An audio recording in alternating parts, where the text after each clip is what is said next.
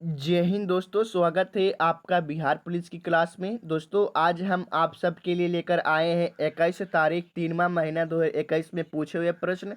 ये सारे क्वेश्चन दोस्तों आपके बिहार पुलिस कांस्टेबल में पूछे हुए हैं द्वितीय पाली में। तो दोस्तों आपको भी मालूम होगा कि हर एक एग्जाम में उसका प्रीवियस ईयर क्वेश्चन रिपीट करता है। 2 क्वेश्चन 2021 से लेगा तो 2 क्वेश्चन 2022 से लेगा, 2 क्वेश्चन 2023 से लेगा, 2 क्वेश्चन 2016 से लेगा। इसलिए दोस्तों हर एक साल का प्रीवियस ईयर क्वेश्चन रिपीट जरूर करिए, एक बार जरूर पढ़िए दोस्तों। उसी से आपका क्वेश्चन बनेगा दोस्तों, वहीं से क्वेश्चन आपका आएगा। हर एक साल से आपका 2 से 3 क्वेश्चन जरूर पूछेगा, इसीलिए मैं आप सबके लिए रेगुलर लाते रहता हूं बिहार पुलिस का प्रीवियस ईयर क्वेश्चन का वीडियो। तो आप लोग हमारे चैनल पे नए आए हैं तो चैनल को जरूर सब्सक्राइब कर लीजिएगा, क्योंकि आपका एग्ज़ाम जो कि 13 जुलाई से स्टार्ट होने जा रहा है। तो दोस्तों मात्र आपका 40 से 42 दिन ही मात्र आपका एग्ज़ाम में रह चुका है टाइम दोस्तों, तो बहुत ही कम समय है। तो इतना समय में आपको इधर उधर भागना नहीं है, सिर्फ प्रीवियस ईयर क्वेश्चन को पढ़ना है और प्रैक्टिस सेट जितना हो सके करना है दोस्तों। तो चलिए बिना टाइम वेस्ट करते हम लोग क्वेश्चन की तरफ बढ़ते हैं। उससे पहले मैं आपसे मेरा एक रिक्वेस्ट रहेगा दोस्तों कि आप उनके पास यह वीडियो जरूर शेयर करिए दोस्तों, जिनको इस बार आप लोग वर्दी में देखना चाहते हैं। अपने दोस्त को साथ जरूर शेयर करिएगा, ओके ना। और किसी भी क्वेश्चन का आंसर पता होगा उसे कमेंट करके बताते चलिएगा। तो 1 नंबर का क्वेश्चन पूछा है दोस्तों, 1 मिनट। हाँ, 1 नंबर का क्वेश्चन पूछा है ना कि वेगनेर मानते थे कि कभी पृथ्वी के सभी महाद्वीप एक विशाल स्थलखंड का भाग थे। वेगनेर ने इस वृहद महाद्वीप को कौन सा नाम दिया, जो पूछा है। तो कौन सा नाम दिया दोस्तों, तो पेनिजिया नाम दिया। क्या पेनिजिया नाम दिया है, ओके ना, पेनिजिया नाम दिया है, ओके ना, महाद्वीप को पेनिजिया नाम दिया है। चलिए अगला क्वेश्चन हो जाएगा दोस्तों, 2 नंबर का पूछा है ना कि शेखर एक जीवनी आज्ञा की कीर्ति है। तो कौन सी कीर्ति है दोस्तों, शेखर एक जीवनी आज्ञा की कीर्ति है, तो कौन से है। तो 2 का आंसर आपका ए हो जाएगा, उपन्यास है, ओके ना, उपन्यास है। किसी भी क्वेश्चन का आंसर पता होगा उसे कमेंट करके आप लोग बताते चलिएगा, इससे आपका कॉन्फिडेंस बढ़ेगा, जिससे आप लोग एग्जाम में कंफ्यूज नहीं हो पाइएगा। 3 नंबर का क्वेश्चन पूछा है दोस्तों कि choose the correct answer from the option, okay ना, मतलब ये चारों में से आपका ऑप्शन कौन सा सही हो जाएगा जो चूज करने के लिए बोल रहा है दोस्तों। तो आपका 3 का सही आंसर क्या हो जाएगा, तो डी हो जाएगा दोस्तों, दी ऑब्जेक्ट हो जाएगा, ओके ना, दी ऑब्जेक्ट हो जाएगा आपका आंसर। चलिए अगला क्वेश्चन हो जाएगा आपका 4 नंबर का, बोल रहा है कि उस गुण का चयन कीजिए जो नाभिकीय संलयन का अभिलक्षण नहीं है। तो वो कौन सा गुण हो जाएगा दोस्तों जो कि नाभिकीय संलयन का लक्षण नहीं है। तो 4 का आंसर आपका डी हो जाएगा दोस्तों, यह एक कम ताप पर होती है। क्या, यह कम ताप पर होती है, यानी कमरे के ताप पर होती है, जो कि नाभिकीय संलयन की अभिलक्षण नहीं है, ओके ना। चलिए अगला क्वेश्चन हो जाएगा आपका, बोल रहा है 5 नंबर का दोस्तों। 5 नंबर का पूछा है कि ऑक्सीजन के एक अणु का द्रव्यमान है। तो ऑक्सीजन के एक अणु का कितना द्रव्यमान है, जो आपसे पूछा है। तो 5 का आंसर आपका सी हो जाएगा दोस्तों, 32 ग्राम है, ओके ना। ऑक्सीजन के एक अणु का द्रव्यमान कितना है, तो 32 ग्राम है। अगला हो जाएगा 6 नंबर का, पूछा है कि पंडित बालकृष्ण भट्ट द्वारा रचित नाटक है। तो कौन सा नाटक है दोस्तों। तो 6 का सही आंसर आपका ए हो जाएगा, बेनु संहार है, ओके ना, बेनु संहार है, जो कि बालकृष्ण भट्ट द्वारा रचित नाटक है। चलिए अगला क्वेश्चन हो जाएगा आपका 7 नंबर का, बोला है दोस्तों कि निम्नलिखित में से किसने सांप्रदायिक पंचाट की घोषणा की। तो किसने की दोस्तों। तो 7 का सही आंसर आपका क्या हो जाएगा, तो 7 का आंसर आपका सी हो जाएगा दोस्तों, रेम्ज मैकडोनाल्ड। क्या, रेम्ज मैकडोनाल्ड ने सांप्रदायिक पंचाट की घोषणा की है, ओके ना। चलिए अगला क्वेश्चन हो जाएगा आपका 8 नंबर का, पूछा है दोस्तों। 8 नंबर का क्वेश्चन बोल रहा है कि कौन सा कथन बिहार विधानसभा की लोक लेखा समिति के संबंध में सही है। तो कौन सा कथन सही है। तो 8 का आंसर आपका सी हो जाएगा दोस्तों, सदस्यों का निर्वाचन प्रत्यक्ष रूप से विधानसभा के सदस्यों द्वारा होगा, ओके ना। 8 का आंसर आपका सी हो जाएगा। चलिए अगला क्वेश्चन हो जाएगा 9 नंबर का, बोला कि किस वर्ष में श्री नीतीश कुमार प्रथम बार बिहार के मुख्यमंत्री बने थे। तो कब बने थे दोस्तों। तो आपका 9 का सही आंसर आपका सी हो जाएगा, 2000 ईस्वी में बने थे। कब, 2000 में, ओके ना। उसके बाद 2001 रहे हैं।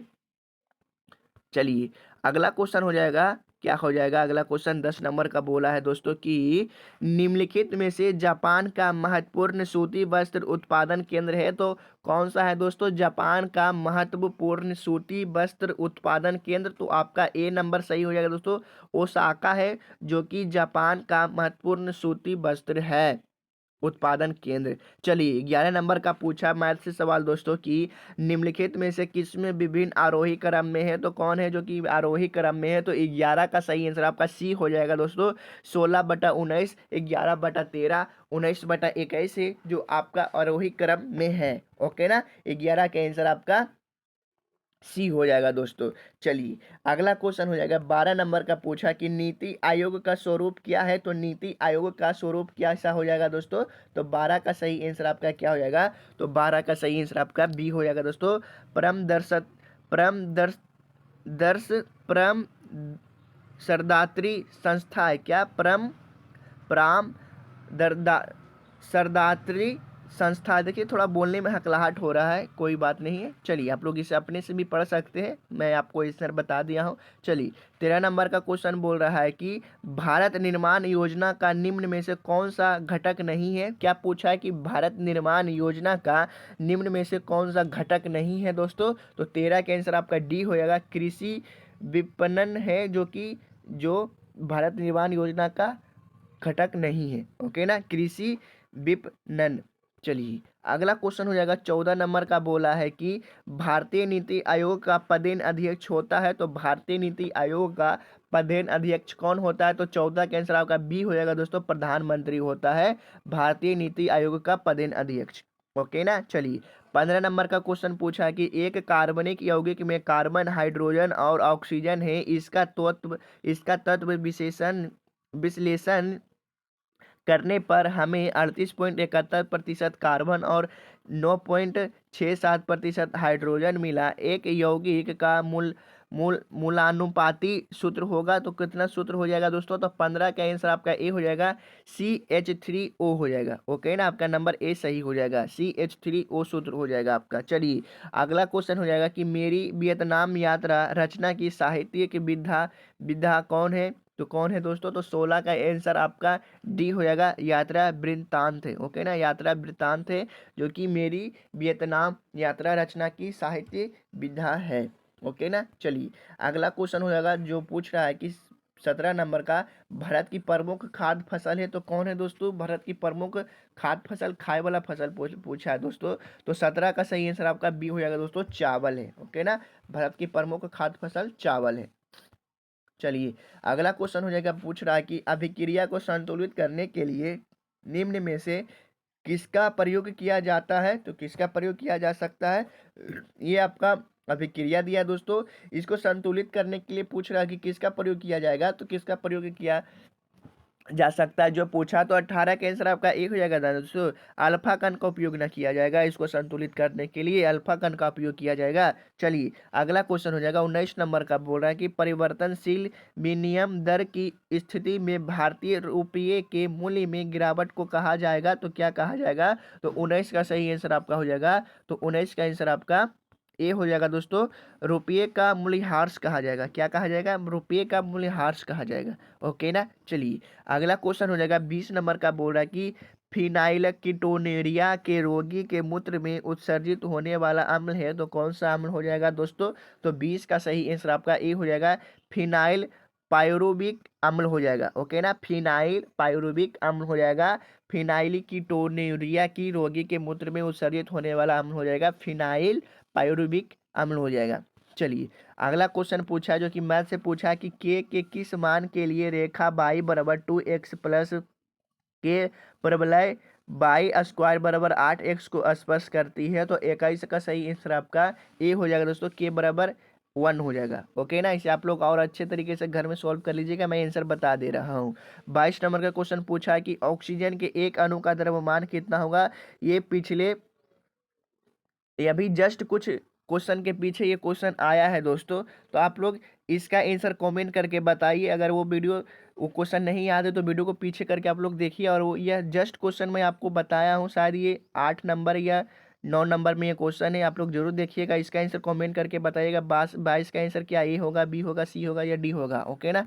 चलिए अगला क्वेश्चन पूछा कि असमान त्रिज्या की नली जिसके दो विभिन्न स्थानों पर अनुप्रस्थ काट क्षेत्रफल 1:2 में हो, आस्पिंडीय द्रव के लिए नली में प्रवेश कर रहे हैं तथा बाहर निकल रहे हैं द्रव के वेगों का अनुपात होगा तो कितना अनुपात होगा। तो 23 का सही आंसर आपका हो जाएगा दोस्तों, डी हो जाएगा, 4:1 हो जाएगा। ओके ना, 4:1 हो जाएगा। तो आपसे मेरा फिर से एक रिक्वेस्ट रहेगा दोस्तों कि आप लोग चैनल पे नए आए हैं और अभी तक चैनल को सब्सक्राइब नहीं किए हैं तो आप लोग चैनल को जरूर सब्सक्राइब कर लीजिएगा, क्योंकि आपका एक सब्सक्राइब हमें मोटिवेट करता है आपके लिए वीडियो लाना। और अपने उन दोस्तों के साथ ये वीडियो जरूर शेयर करिएगा दोस्तों जिनको आप इस बार वर्दी में देखना चाहते हैं। ओके ना। चलिए अगला क्वेश्चन हो जाएगा आपका 24 नंबर का। बोल रहा है कि राज्यसभा के सभापति और उपसभापति की अनुपस्थिति में सदन की अध्यक्षता कौन करता है। तो कौन करता है दोस्तों, तो 24 का आंसर आपका सी हो जाएगा, उप सभा अध्यक्षों के पैनल का कोई एक सदस्य करेगा। ओके ना।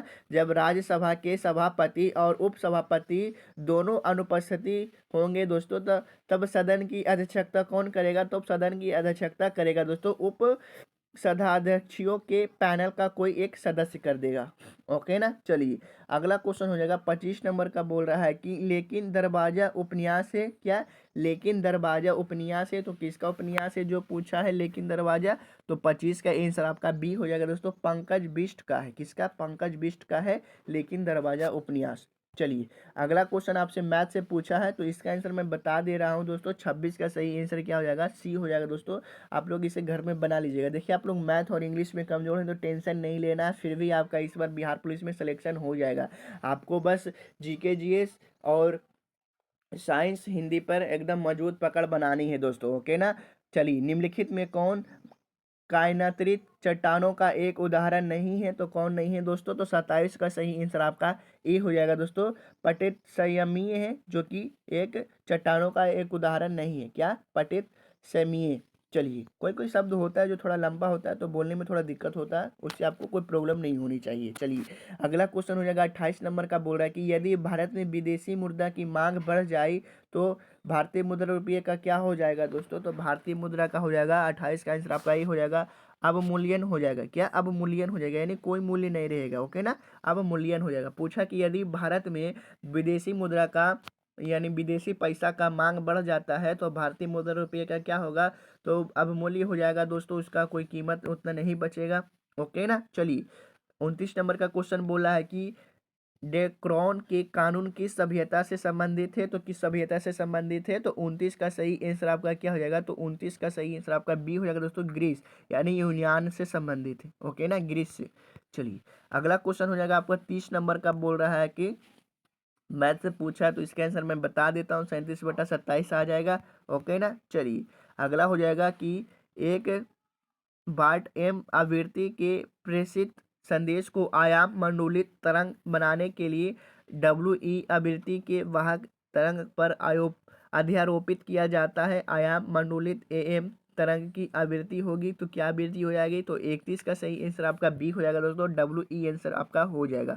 ओके ना। चलिए अगला क्वेश्चन हो जाएगा कि लता का कोई भी गाना लीजिए तो उसमें 100% यह मौजूद मिलेगा, तो क्या 100% मौजूद मिलेगा दोस्तों। आपसे पूछा कि रिक्त स्थान में निम्नलिखित में से शब्द प्रयुक्त होगा, तो इन चारों में से जो निम्नलिखित शब्द है तो क्या प्रयुक्त होगा जो आपसे पूछा है, तो 32 का सही आंसर आपका ए हो जाएगा दोस्तों, गान पान होगा। क्या, लता का कोई भी गाना लीजिए तो उसमें 100% यह गान पान मौजूद मिलेगा। ओके ना। तो लता मंगेशकर की जो बात कर रहे हैं दोस्तों, जो छठ पूजा और शादी के गीत के लिए फेमस है दोस्तों, जिनकी मृत्यु हो चुकी है पिछले साल छठ पूजा के कदवा भात दिन। ओके ना, आपको जरूर पता होगा अगर आप लोग उनका गाना सुने होंगे।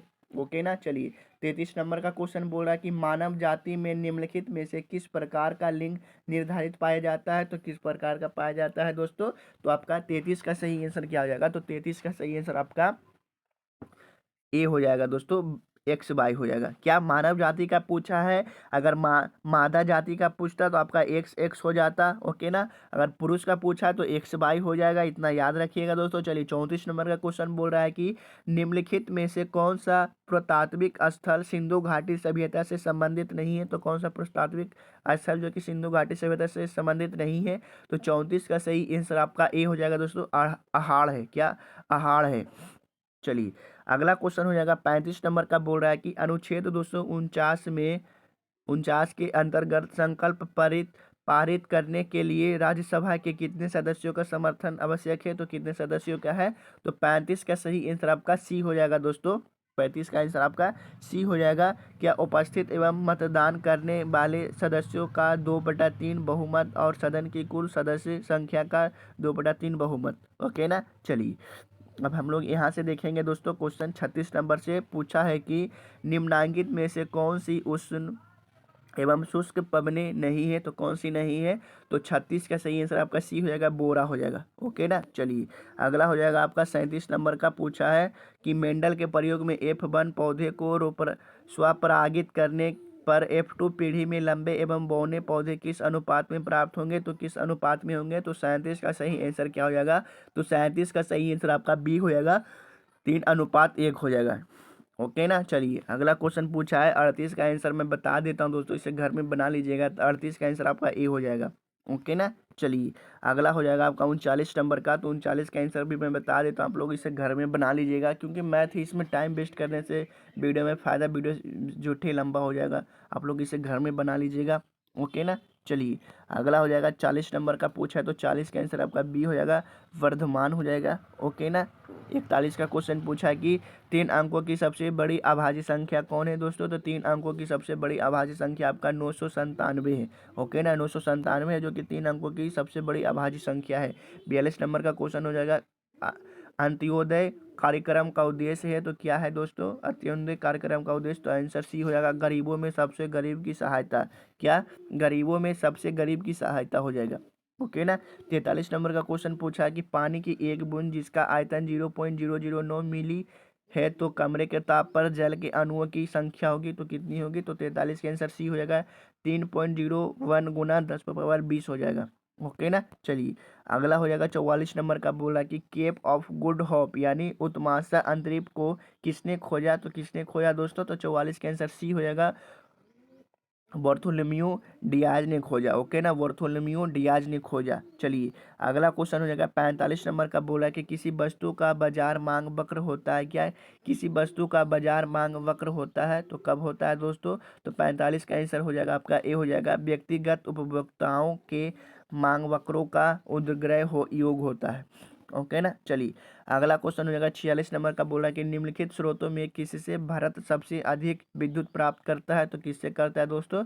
तो 46 का आंसर आपका बी हो जाएगा, तापीय से दोस्तों भारत है कि सबसे अधिक विद्युत प्राप्त करता है, ओके ना। चलिए अगला क्वेश्चन हो जाएगा आपका, बोल रहा है 47 नंबर का कि भारतीय रुपये की विनिमय दर निर्धारित होती है। तो किस पे निर्धारित होती है। तो 47 का आंसर आपका सी हो जाएगा, कुछ चयनित मुद्राओं के संबंध में निर्धारित होती है भारतीय रुपये की विनिमय दर, ओके ना। चलिए 48 नंबर का क्वेश्चन बोला कि जीवन बीमा निगम एक उदाहरण है। तो कौन सा बैंक का जीवन बीमा निगम एक उदाहरण है दोस्तों। तो 48 का आंसर आपका सी हो जाएगा, निवेश बैंक का उदाहरण है, ओके ना, निवेश बैंक का। चलिए 49 नंबर का क्वेश्चन बोला कि भारत में सबसे प्राचीन बृहत स्तरीय उद्योग है। तो कौन सा है दोस्तों। तो 49 का आंसर आपका सी हो जाएगा, कपास का है जो कि बृहत स्तरीय उद्योग है।